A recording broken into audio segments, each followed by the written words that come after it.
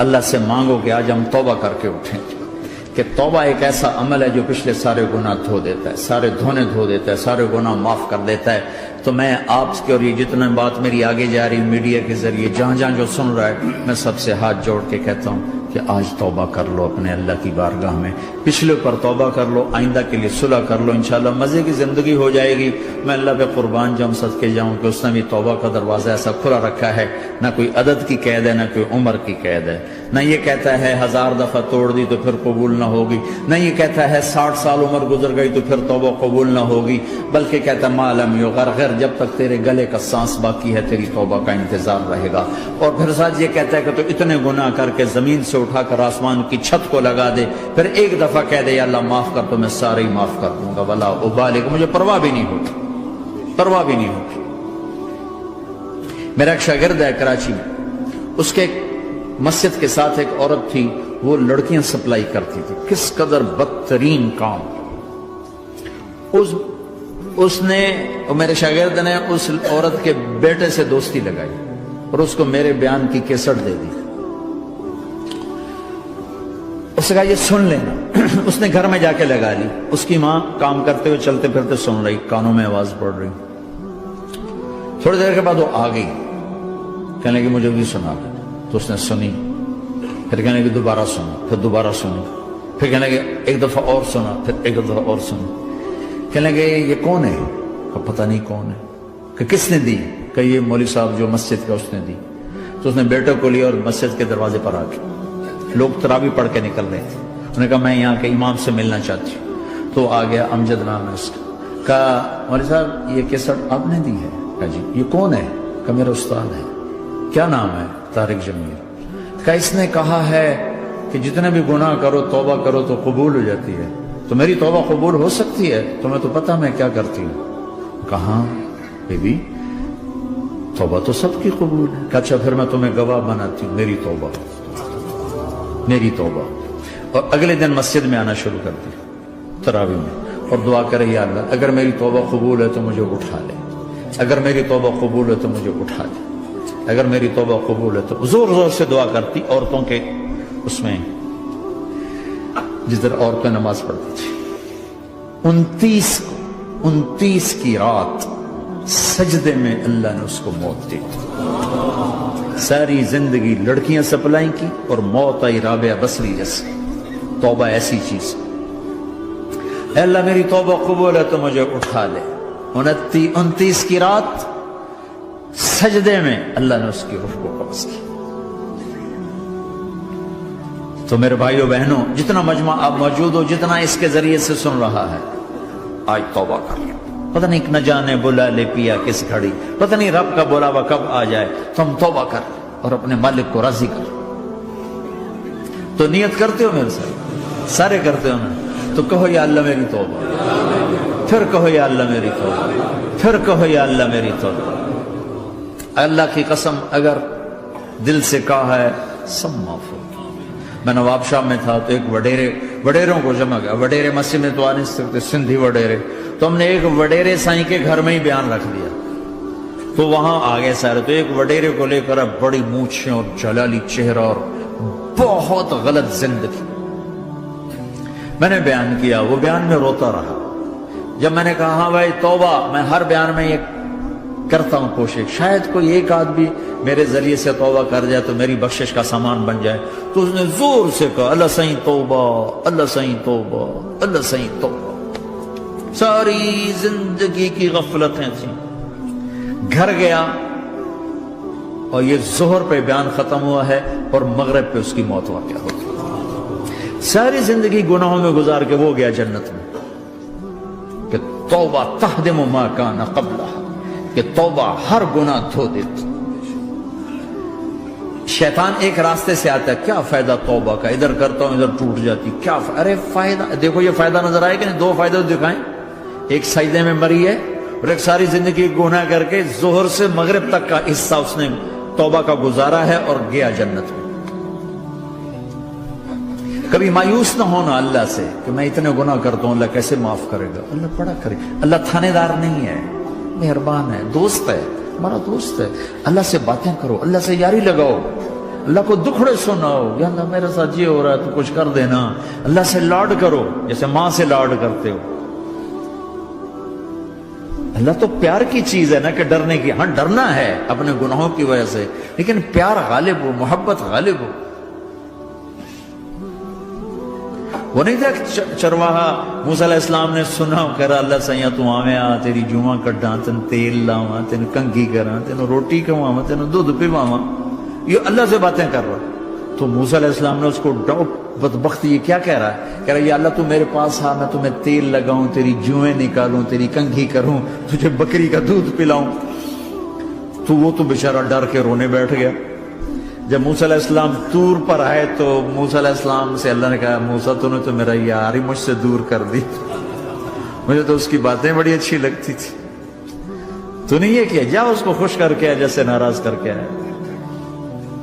چلو اس روایت میں تو کوئی اونچ نیچ ہو سکتی ہے، کچی پکی بات ہو سکتی ہے، لیکن میرے نبی کی صحیح حدیث بتا رہا ہوں۔ میرے نبی مسجد میں صحابہ ہنس رہے تھے تو آپ نے فرمایا جو میں جانتا ہوں تم جانو تو تمہارا ہنسنا بند ہو جائے، رونا زیادہ ہو جائے۔ تو سب صحابہ نے زارو قطار رونا شروع کر دیا۔ آپ یہ کہہ کر واپس مڑے، دروازے تک نہیں پہنچے تھے کہ جبریل آ گئے کہ میرے محبوب تو نے میرے بندوں کو اتنا زیادہ ڈرا دیا مجھ سے، جا واپس جا، جیسے رولایا ہے ایسے ہی ہنسا کے آ۔ اللہ پاک تو ہمارے مالک خالق، ہمارے مہربان ہیں۔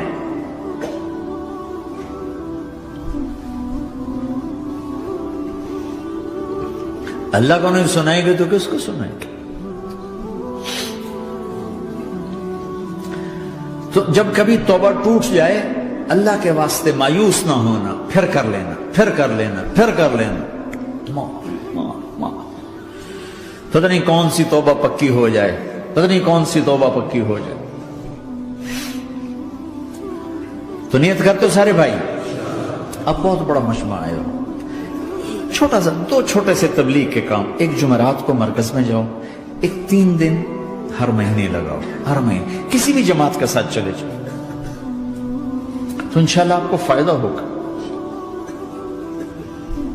جس جماعت میں 3 دن میں لگے اور میں نے کہا بھائی 4 مہینے لگاؤں گا، 4 مہینے اللہ نے تقدیر لکھی تھی، تو میں آگے چلا گیا رائمنڈ سے مل گئی جماعت، سارے ان پڑھ، سارے بڑی میری عمر 18 سال اور سب 40 سال سے اوپر، 60 70 اور سب ان پڑھ اور سب ڈیرہ اسماعیل خان کے دیہاتی، اور اتنے غصے والے کی جماعت میں روز لڑائی ہوتی تھی۔ ایک آدمی چائے نہیں پیا کرتا تھا تو وہ روزانہ کہتا چائے کیوں بنائی ہے، میری چوانی واپس کرو، 4 آنے میرے واپس کرو، تو 4 آنے روزانہ واپس لیتا تھا۔ باقاعدہ 4 آنے اس کو روزانہ واپس کیے جاتے تھے کہ میں چائے نہیں پیونی، میری چوانی واپس کرو۔ اور جماعتوں میں جھگڑا ہوتا ہے کہ تم نے کھانا اچھا نہیں بنایا، اس جماعت میں جھگڑا ہوتا تھا کہ کھانا اچھا کیوں بنایا، اس پہ لڑتے تھے کہ خرچہ زیادہ ہو رہا ہے۔ اور خرچہ کتنا ہوا تھا؟ 1 مہینے کا سفر، جانا آنا، بس کا جانا بس کا آنا، اور اس زمانے میں کوئی کھانا کھلانے والے سب خود پکایا، 2-4 جگہ کہیں ضیافت ہوئی، 27 روپے ٹوٹل خرچ ہوا تھا۔ کہ زیادہ خرچہ ہے، روز لڑائی، روز لڑائی۔ ایک اس میں رانگڑ تھا، اس کو اذان کا بڑا شوق تھا، وہ جاتی اذان دینی شروع کر دی، وہ بھائی اللہ کے واسطے بھائی تو مسجد کے معاملے میں دخل نہ دے، کیوں نہ دوں، گردن لمبی ہوگی، مؤذن کی گردن لمبی ہوگی، میں تو دوں گا۔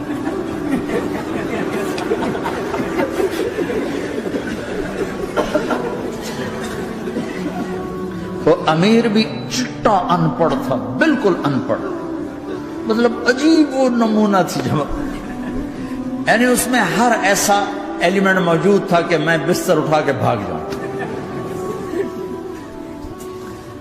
لیکن مجھے اسی سے فائدہ ہو کہ تبلیغ معلوماتی محنت نہیں ہے، تبلیغ صفات کو سیکھنے کی محنت ہے۔ علم کو سیکھنے کے لیے مدرسے ہیں، علماء ہیں، تبلیغ تو صفات کو سیکھنے کی محنت، ایمان کیسنا بنا۔ میں جب واپس آیا تو میں بیٹھا تھا مسجد میں، تو ایک شخص نے پوچھا آپ کہاں گئے تھے، کتنا سفر تھا؟ میں نے بتایا، میں نے کہا آپ نے کیا سیکھا؟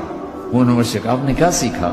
میں نے کہا میں نے اپنی مرضی کے خلاف کرنا سیکھا، کہ ماشاءاللہ ماشاءاللہ آپ نے بہت سیکھا بہت سیکھا. وہ ساری زندگی اس سے پہلے اپنی مرضی پہ گزر، اپنی چاہتیں، اللہ نے ماں باپ سے دیا ہوا بہت کچھ، لیکن جو میری بنیاد بنی وہ سفر تھا جس میں روز لڑائی ہوتی تھی.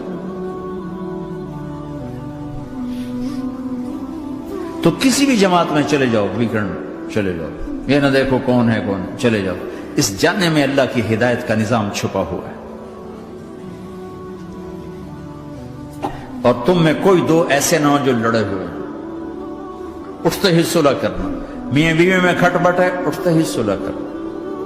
بہن بھائی لڑے ہوئے ہو، ماں باپ سے لڑے ہوئے ہو، اٹھتے ہی صلح کرنا. جو صلح کرنے میں پہل کرے گا اللہ کا محبوب بن جائے گا. شیطان پرانا کھلاڑی ہے نا کوئی، اور ہے بھی تجربہ کار، گول بھی بڑے ٹھگا ٹھگ کرتا ہے. نہیں، وہ روزانہ اپنی میٹنگ بلاتا ہے. میٹنگ، ہاں بھائی کیا کیا؟ تو کہتے ہیں جی زنا کرایا. تو ایسے بیٹھا رہتا ہے یوں سر جھکا کر. تو چوری کرائی، نماز نہیں پڑھنے دی، جوا کھلایا، یوں کرتا. ایک لنگڑا بھیڑتو شیطان پیچھے سے کہتا ہے جی میاں بیوی کو لڑایا. او شاباش، کام تو کر کے آیا ہے. میاں بیوی کو لڑایا، کہتا آجا آگے آجا آگے آجا آگے آجا. اس کو بلا کر گلے لگاتا ہے، پھر یہاں اپنے پاس بٹھاتا ہے. وہ بدبخت، تو یہ ہے اصل کام. شرابی کی شراب اس کی ذات تک، میاں بیوی کی لڑائی، نسلیں برباد، خاندان برباد، اولاد برباد.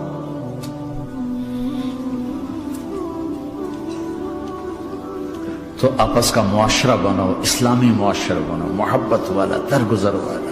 ایک دوسرے کی تعریف کرو، ایک دوسرے کو گفٹ دو، ہدیہ دو. میرے نبی نے فرمایا جب کوئی سفر سے واپس آئے تو بیوی کے لیے ضرور تحفہ لے کر آئے، اور کچھ نہ ملے تو کوئی پتھر ہی لے کر آ جائے. مارن واسطے نہیں، گفٹ واسطے. اور بیوی سے اللہ کے نبی نے کہا جو بیوی اپنے خامند کو ویلکم کرتی ہے دروازے پر خوشی کے ساتھ، تو اس کو اللہ کی راہ میں جہاد کرنے والے کا آدھا اجر ملتا ہے. صرف مسکرا کے دیکھ. اندر وڑو تو منہ تے 12 وجے منتے، اپنے تو 24 بج جاندے. کبھی بیوی خامند کو تانا نہ دے، خامند بیوی کو تانا نہ دے. پیار محبت کے انداز میں بات کرو جو دلوں میں. اولاد کو بھی ایسی ڈانٹ ڈپٹ، یہاں تو ویسی ڈانٹ ڈپٹ نہیں ہے، لیکن میرے نبی کا طریقہ بھی یہ نہیں ہے. نیت کرتے ہو انشاءاللہ. درود شریف پڑھو. اللہم لک الحمد کما انت اہلہ، فصل علی محمد کما انت اہلہ.